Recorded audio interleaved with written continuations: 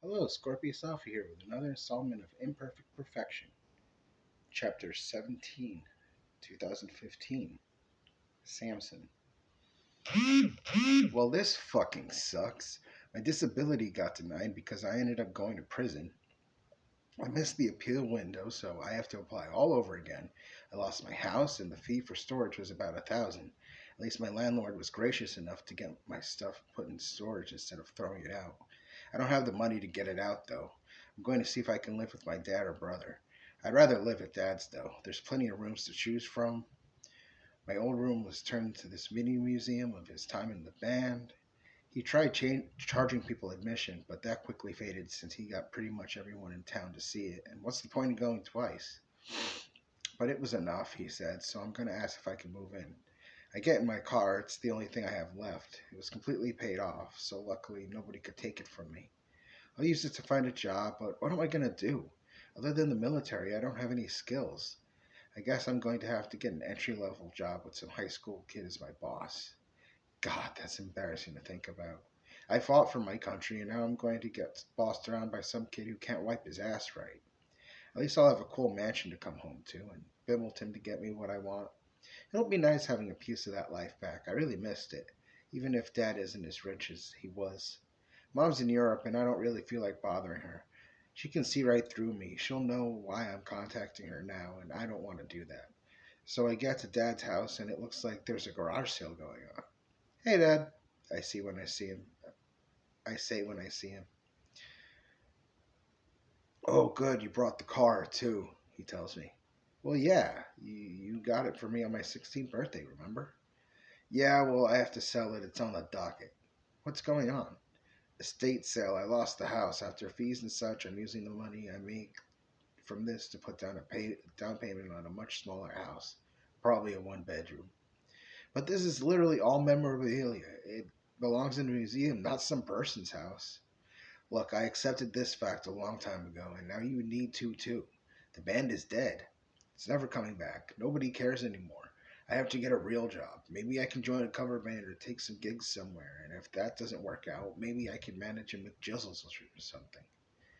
Dad, a reunion tour could be just what the band needs. All sorts of bands have been doing it lately. You could just find a new drummer. Uncle Ruby wasn't just a drummer, one of the easiest members to replace.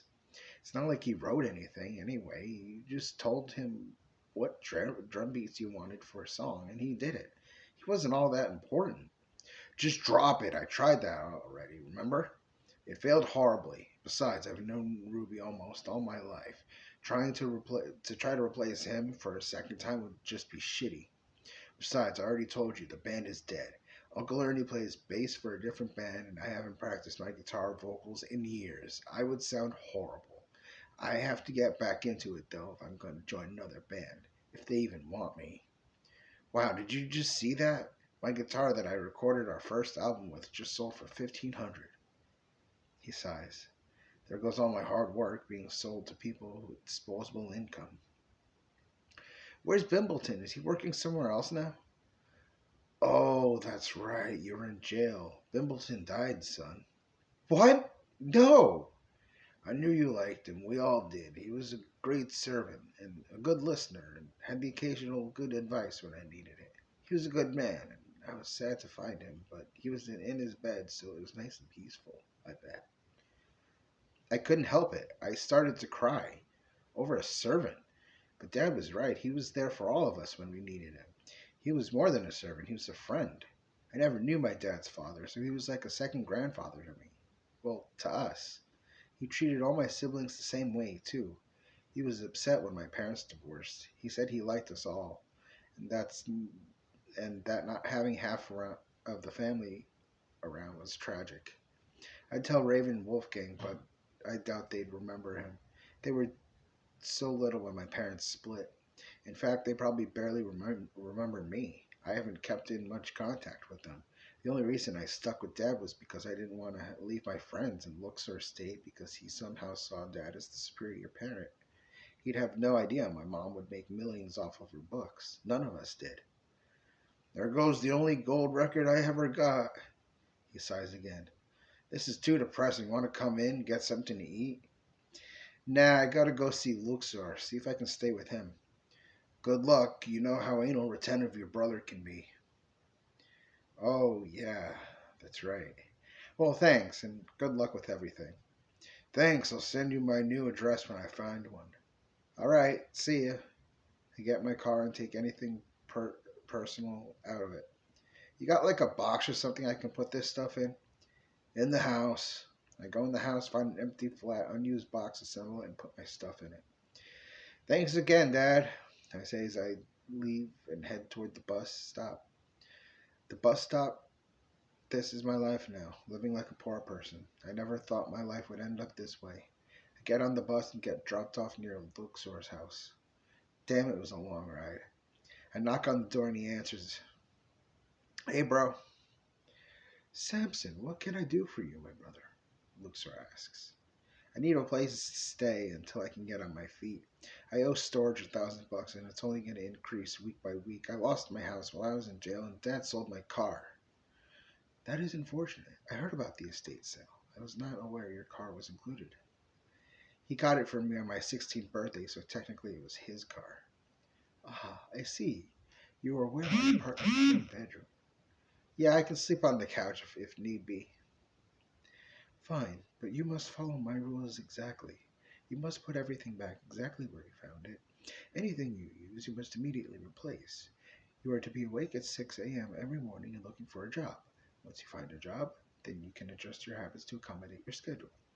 Once you find a job, I will inspect half the bills.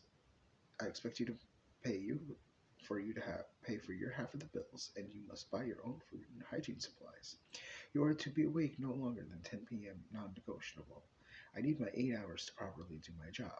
That being said, you cannot occupy the bathroom between the time of 6 to 6:30 as I am going to require it to get ready for work.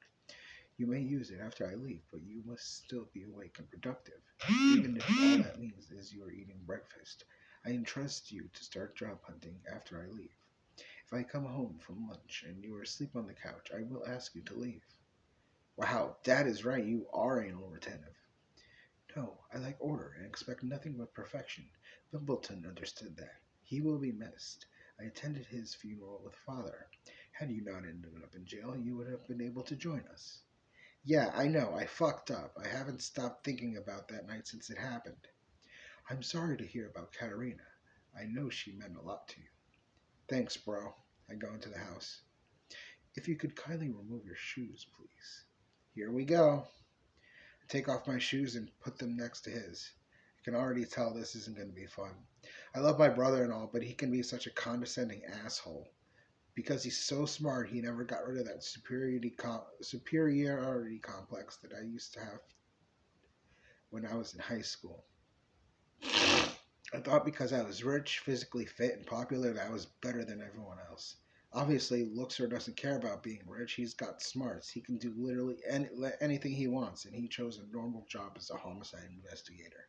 I pegged him for astrophysics or something complicated like that.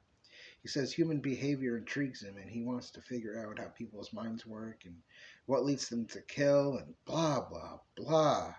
I just hope living with him isn't as big a pain in the ass as I think it's going to be. I was really woken up the next morning by my brother who was yelling at me. Samson, I have told you that you need to be up and around by 6. It is now 6:30. I am heading off to work. If you cannot follow a simple request, such as getting up on time, I have doubts that this will work at all. Sorry, bro. I'm just mentally exhausted. I forgot to set my alarm last night. You are an adult, and I expect you to behave as such. As it is your first day, I will allow it to slide. I have to go to work now. I do not want to miss my bus. Luxor leaves, and I take a shower. Luckily, I was able to get my clothes from my dad's house before I left yesterday. Good thing I kept some stuff there. I didn't want to wear the same clothes I wore yesterday. Looking at my clothes, I can't believe I wore this stuff in high school. Sure, it was in style then, but now it just looks tacky. I hope they still fit me. I dressed as best as I could, and went job hunting.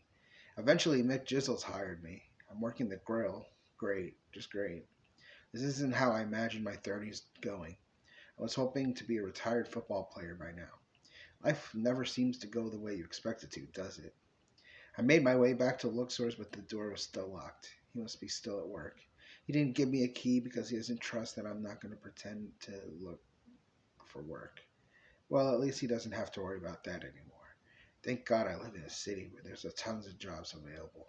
I definitely would have had this kind of luck in a small town. Luckily, I only had to wait about half an hour before Luxor came home. Have you done what is required of you? Yes, I have. I start at McJizzle's tomorrow. I'm training from 1 to 5 for the next 3 days, then I officially start next Monday full time. Well, 5 days, 38 hours.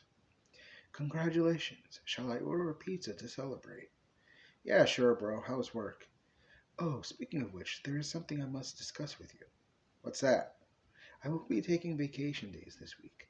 Oswald and I may have an idea on how to pursue our current case. So what does that mean? I was going to request you stay with a friend until you have a job, but considering you have found one already, you may reside here. I am trusting my house to you. As you are my older brother, I am assured you will keep things as I left them. I request you not enter my room as it contains sensitive information to my current case, and I would not like anything to be missing. Why don't you just take it with you? Hmm, perhaps I should. It is relevant after all. I must be exhausted from thinking so much today that I should have thought of that myself. Even so, for the sake of respect and privacy, please do not enter my room. Do I still have to sleep on the couch? Are you not aware it contains a mattress? That would have been nice to know yesterday. I am sorry, I merely thought you would assume so. Well, not every couch has a mattress. Honestly, I do not know much about furniture. The salesman said it would be good to have in the case of a guest. Emily has slept on it a couple of times. You have a girlfriend? No way. I'm merely friends with her, although I am considering examining romantic interactions, but she finds my seriousness about my intellectuality abrasive. Yeah, just by that sentence right there, I can see why she'd be turned off. How do you mean? I mean, if you want her to like you, you need to not be so serious all the time. You say she's smart, so try to incorporate humor with your intellect. She'll laugh, and that'll help her see that you're not so stiff. Also, and this will definitely go against all logic, but girls like it when you do simple things for them, like opening doors and pulling out her seat so she can sit down. But she is fully able to do these things for herself. Why would I do it for her if she is fully capable of doing it herself? Because it's romantic, it shows that you care about her, it's the gentlemanly thing to do. I see, in a way, earning her trust. Exactly. Ask her about her day. She'll like that you're genuinely interested in her. Pay attention and respond accordingly. Do not talk to yours about yourself unless she asks about you. I know how you like to ramble on and on without taking a breath in between, but I do breathe when I talk. No, what I mean is you talk too much. Stanley used to say the same thing, although Oswald talks about as much as I, and I must admit there comes a time when I wish he would cease speaking so that I may speak. That's how people feel about you. I see. Thank you for your information. I will put it to use someday, perhaps upon my return from my work vacation. Thank you, Samson. No problem, bro. Would you like to partake in spirits? I have many varieties. Since when do you drink? I thought you were afraid it would destroy your brain cells. I do not drink enough to do that. I drink only occasionally, and even then I only achieve what is called a buzz, and then I cease. Yeah, I probably shouldn't. You know what? It's a celebration, so why not? Give me a shot of whiskey. To your new job and getting back on your feet. We toast. It's odd. My brother's had a stick up his ass his whole life. I'd never expected to see him loosen up like this. I only took one shot just because I'm supposed to be in recovery. I felt like celebrating, and besides, it was good enough for me. I didn't want any more. He orders the pizza, and we sit and watch Space Adventure series. It was always his favorite show. I'm glad he still enjoys it. I like it too, just not as much as him. Later, we said our good nights, and I was able to sleep since I found a job, but I woke up in time to tell him to have a good trip, and he tossed me his keys. In a few hours, I head to work. Mr. Alpha, you're 3 minutes early. Awesome. I like an employee that cares about coming in on time. My manager, Mike, a tall, fat balding, mustache, sweaty guy says to me. Sure, Mr. Bronson. Just call me Mike, Sam. Samson is fine. No, nobody ever calls me Sam. Okay, Samson. First, you're gonna watch some videos, and then I'll have your supervisor train you on the grill and fryers. Okay? Sounds good. I say reluctantly. Great. Come in here and sit at the computer. It's gonna give you instructional videos, and they'll be followed by tests. Okay? Great. He leaves, and I start watching this crap. What a whole load of bullshit. They talk to the viewer like they're brainless. The tests that followed were simple as shit. I was so bored. Luckily, for the second half of my shift, I got to work the grill and I met my supervisor, David. Whoa, I get to train an old dude. Nice, David says. I'm not old, I'm 28. You look 40, dude. War will do that to you, kid. All right, listen up, old dude. You take the frozen patties and put them on the grill. Then you push this button. When it's done, it'll open back up and you'll just have to take the spatula and put them in this bucket. Then you come over here and assemble the sandwiches. Think you can do that? Yeah, I got it. And my name's not old dude, it's Samson. Whatever, dude. Now I'm gonna supervise you so you do it right. This kid is a fucking asshole. He treated me like an idiot the whole time. It was getting annoying. The next couple of days weren't any better. Then on my last day of training, he comes up to me and says, Dude, can you work the rest of my shift? I gotta go to football practice. No, I tell him. I get off in a half an hour. The fuck? Yeah, well, I can't bail on the team. They need me. I'm quarterback. But you just got here an hour ago. Yeah, I totally forgot I had practice today. Tomorrow's the big game. I just gotta be there to practice. See ya. And he just left. He just fucking left. I went to Mike to complain. Hey, Mike, I knock on his door. Samson, come on in, Mike says. David just left. Said he had football practice. Yes, thank you for picking up his hours. But I never agreed to it. He told me you were fine with it. He didn't ask me until after he told you he did. He just dropped it on my lap and left. That doesn't sound like David to me. Hope you're not trying to cause trouble.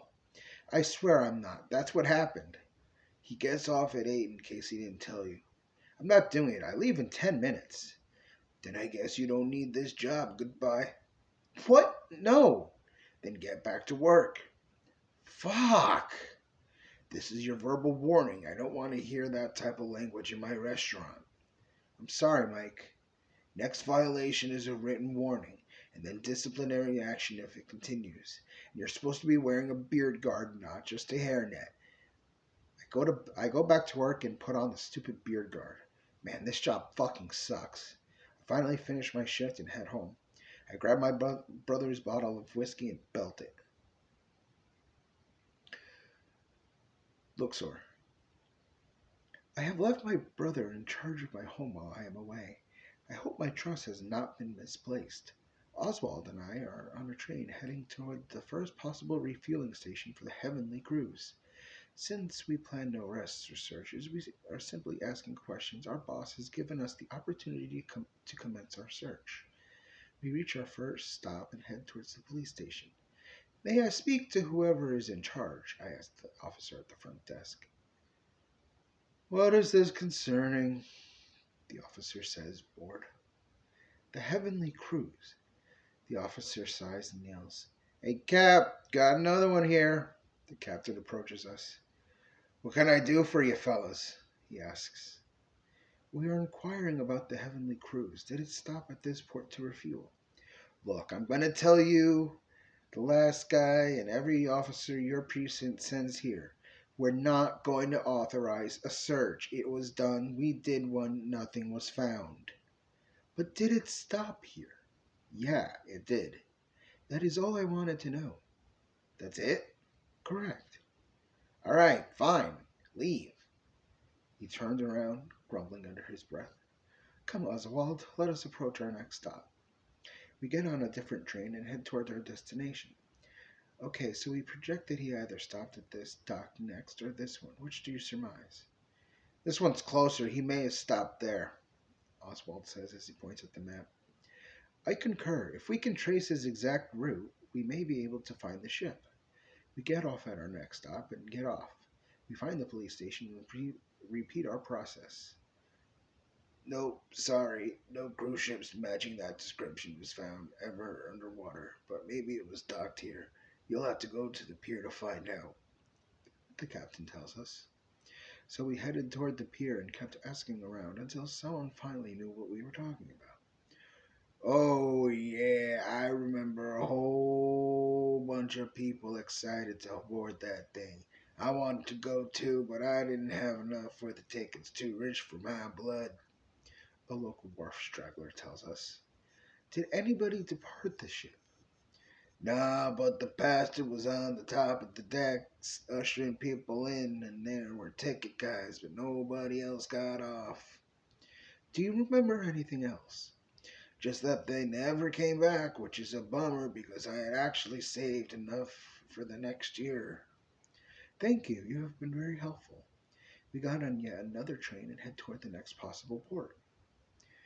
Okay, so he seems to be heading north northeast. That'll help. That'll lead us into other countries soon, and we don't have enough to go that far. I concur. We have two more ports to check out here in the United States. If our calculations are correct, we will need passports to get to our next destinations. All right, let us hit these ports and go home. As we correctly guessed, the local told us the same thing that the last one told us about nobody departing and only seeing the ticket takers and the pastor. Highly unusual. Vacation yachts usually follow pre-planned course and then dock back at home to let the passengers off. This one kept going, as impractical as it was, considering the number of passengers would have made the boat quite crowded. We hit the last dock and interviewed the locals again, and again the same story of the ticket takers and the pastor. Do you know if they went west or east? I asked. They headed east, which is weird considering I was expecting them to turn right around and start their circle, but they went east and we never saw those people again.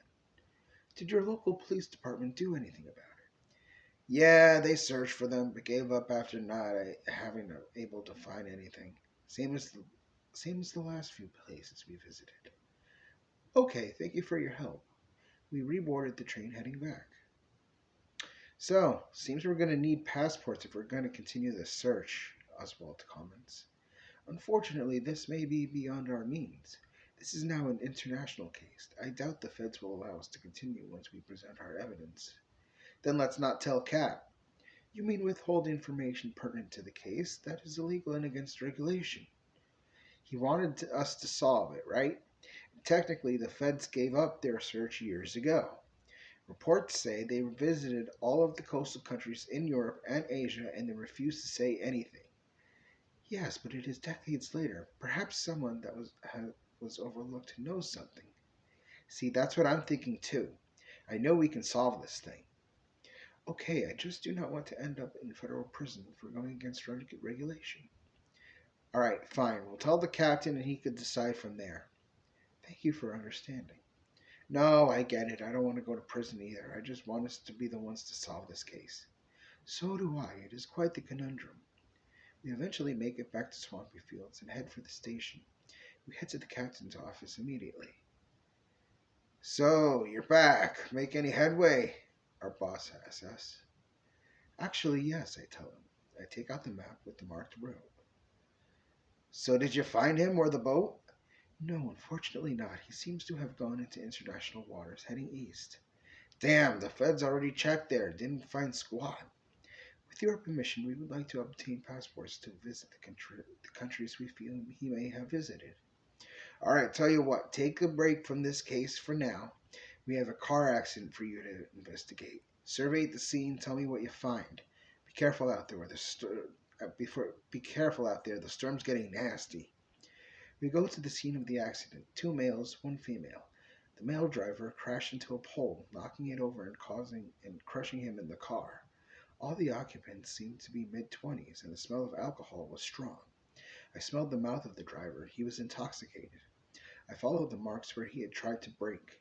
Seems like a hydroplane to me. No doubt the driver was drinking, I said. However, the tracks would suggest he hydroplaned and tried to brake. I could see the survivors, a man and a woman, being loaded onto the ambulance. I would like to speak to these two when they regain consciousness, I tell the paramedic. Come, Oswald, we have a report to fill out. Yes, sir, Oswald remarks. I can tell by the tone of his voice that he is still resentful that I narrowly beat him to sergeant. We head back to the station and get to doing the paperwork. A couple hours later, the phone rings and I answer it. The survivors of the car accident are awake.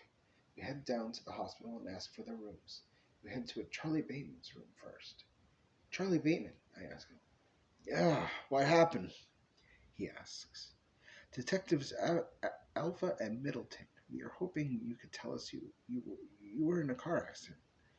Oh man, that's right. Oh my God, is Sandra okay? Yes, she is alive, but the driver did not make it. Oh shit. They were supposed to get married tomorrow. We had a little get together of just closest people, and man, we got so drunk. Did you happen to know what happened in the events leading up to the accident? Not really. I just know it was raining hard and he swerved right, then left. That's all I remember. Okay, thank you for your time. We leave the room and head to the next one, occupied by one Sandra Zircon. Poor dear, this is the second time her boyfriend has died. Maybe she's a black widow, Oswald asks. I thought that too, but watch her emotional response. There is no way she did this on purpose. We reach her room and enter. Detectives Alpha and Middleton, here to ask you about the car accident tonight. Are you Sandra Zircon, correct? Yeah, he's dead, isn't he? Sandra cries. Why does this happen to me? We were wondering that exact same thing. Did you accidentally cause the accident? Maybe you bumped him and he went sliding, or maybe you were mad at him and you wanted him to die. My God, I'm supposed to get married tomorrow and now I'm not because my fiance is dead. Why would I want this? You asshole, she screams. My apologies, miss. Can you then explain to us what happened? You were in the front seat. He hydroplaned and swerved right, then left, then he crashed. He had the steering wheel in his chest, and he told me he loved me right before he died. So the pole that fell on him was post mortem then. A pole fell on him? She starts crying harder. That was inappropriate, I tell Oswald. Sorry, sir. We noticed the smell of alcohol emanating from the car. Were you drinking as well? I asked her. Yeah, we all were. He was going to drop off me and Charlie. Oh my God, is Charlie okay? Did he survive? Yes, he is in another room down the hall. Oh, she says, a sigh of relief. I don't know what if I'd do if I lost him too. He's my closest friend. Yes, he mentioned a small gathering. Do you need anything else from me? No, I believe we have enough information. Good, I want to go back to sleep. I hurt so much. Thank you for your time. We apologize for your loss. We leave the room. I see what you mean, Oswald says. Nobody with that much emotion would do something terrible to people she supposedly loves. Stanley showed me how to pick out the liars from the genuine ones. At first I did not understand the difference, but now I understand. As do I. We leave the hospital and head back to the station. I don't know about you, partner, but I'm exhausted. Yes, it has been a long day, and it is past our shift's end. I gather up my papers at my desks, occupied by the detectives who works there on the next shift. Excuse me, Jenkins, I say as I open up my drawer and insert my current folder. While I am here, could I ask you to please empty the trash at the end of your shift? I do, and I'd appreciate the same courtesy. I'm sorry, Sarge. I promised to start taking out the trash in here. I thought you just never used it, Jenkins tells me. No, but if you could, please. Sure thing. Thank you. I leave the station, get on the bus, and head home. There seems to be a thick layer of smoke billowing down my street. I speed walk to my home, which is engulfed in flames. What happened? I ask a nearby firefighter. Kitchen fire. Spread through the house. he tells me. Samson is outside watching the house burn. What happened? What the hell happened? I ask him. I'm sorry, bro. I was cooking and I went to go to the bathroom, and when I got back, the pot was on fire. So I used pot holders to smother it. I couldn't find your extinguisher, but the pot holders went on fire. So I threw it, and I hit your curtains, and it spread. I threw cups of water, bowls, whatever I could flail, but it wasn't fast enough. I managed to call 911 before the living room was engulfed in smoke. I'm so sorry, bro. It was an accident, I swear. I punched him straight in the face, and I did not stop until someone pulled me off. You absolute moron! I knew I shouldn't have trusted you with my house. I have had a long fucking day, and now I can't even relax because my apartment is on fire. You ignoramus, you imbecile, you fecal headed. I ran and attacked him again. There is no forgiveness for such a heinous act, even if it was an accident. You have insurance, don't you? Samson asked me. That's not the point. I thought I could trust you with my house for less than a week, and you burnt it down. I'll never forgive you for this. You're using quite a lot of contractions there, bro.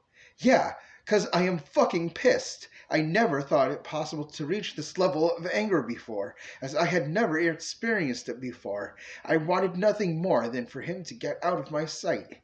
Leave, now, I tell him angrily. But where am I supposed to go? Dad can't take me in, and I'm sure as hell not going to bother Mom. It's been years since we spoke. That is your problem now, is it not? I'm sorry, bro. Save it. Find someone somewhere else to go. But now.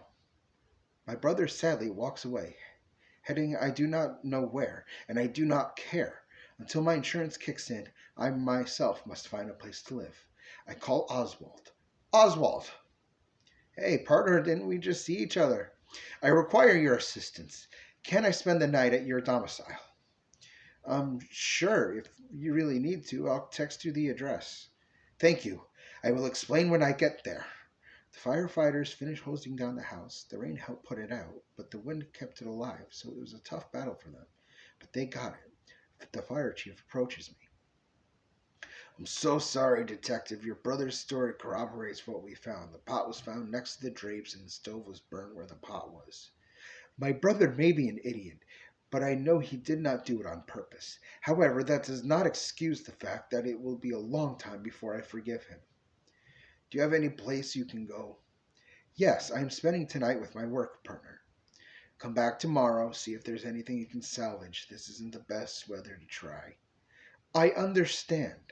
I get on the bus and head towards the address Oswald sent me. I knock on the door and he answers. Hey, what's up, partner? Come on in, Oswald says.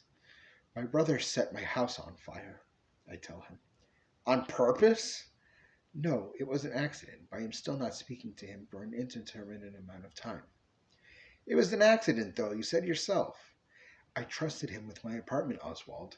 I was looking forward to relaxing after our trip and our shift in my own home, watching Space Adventure and eating dinner like I always do. That part I can help you with. Come on, I'm watching it now. I take off my shoes and put them next to his. I sit on the couch and watch television with Oswald. He has an annoying habit of saying lines before and at the same time the actors do. You should take the rest of the week off. You can stay here until your insurance kicks in and you can find a new place to live. That is awfully kind of you, Oswald, but I do not want to be a burden. You're not a burden, your house burned down. It's not like you're some bum trying to mooch off of me. Tell you what, we split the bills, you can buy your own food, and then it'll be as much as your place it is mine. That is agreeable. Feel better? About feeling like a burden? Yes. About my house burning down? No. Well, like any death, it'll take some time for you to grieve. I am just so angry at my brother. He is almost 30 years old. How can he be so irresponsible? Age is irrelevant. Accidents happen. I I just.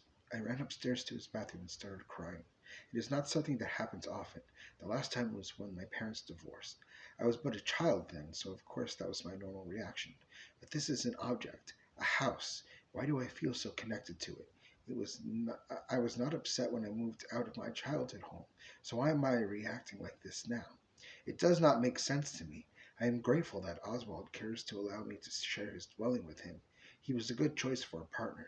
He understands human emotions and empathy better than I. After I finished crying, I head back downstairs and sit next back to Oswald. Do you have any rules in your house that you abide by? Nah, I live by myself, so I do what I want, but I'm pretty neat. I clean up after myself, do my own laundry and junk. That is good to hear. I appreciate your order and cleanliness. I know you do. We've been partners for a few years now. I suppose that is true. Are you hungry? I ordered pizza while you were in the bathroom. I suppose I should eat something. I have not eaten since we were on the train. Yeah, me too. Do you have any spirits? I've got a couple of bottles. Anything in particular? No, I just want to forget, which will require an excess of alcohol that I am not used to. Yeah, well, if you need to puke, you know where the bathroom is. Affirmative, I say at the same time as the actor on the television. I think we'll get along great. What do you think? I am unsure. I have been known as being anal retentive. All right, but just remember, this house is under my name. Yes, Oswald, I will try to remember that if I see anything out of place. Is it really that bad? I guess you could say so. I'll try my best, Sarge. Please do not call me that outside of work. Here we are roommates who happen to work together. I do consider you a friend. Really? Well, yeah, we've been through a lot together, our jobs being what they are, and besides, it's nice to hold an intellectual conversation with someone without having to dumb it down for them. That is how I feel about Emily. Emily, you've got a girlfriend? No, we are not dating, though I do want to try the experimentation of romance with her. She is a high intellect also, and is truly the best option I have ever come across. Why don't you invite her over? You need an emotional connection.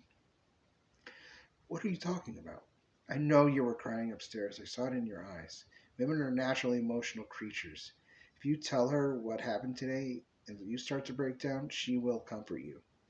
I suppose. It is getting late, though. I will call her tomorrow and take the day off. I'll explain to the captain. Just request a personal day when you call so you don't have to explain yourself. Thank you, Oswald. No problem, Luxor. I will definitely take his advice and talk to Emily. He is right, after all. Women are more emotional creatures than men, and she could help me through this difficult time. I, however, cannot stop thinking about my seething hatred for my brother. He put me in this situation, and I have no choice but to put up with it. If I were to see him any time soon, it will be too soon, and I do not know if I will be able to keep myself from attacking him again. That is something I have never done before. Normally he would have triumphed over me, such as he did when we were children. But I suppose, knowing his error, he decided not to fight back because he knows he deserved it.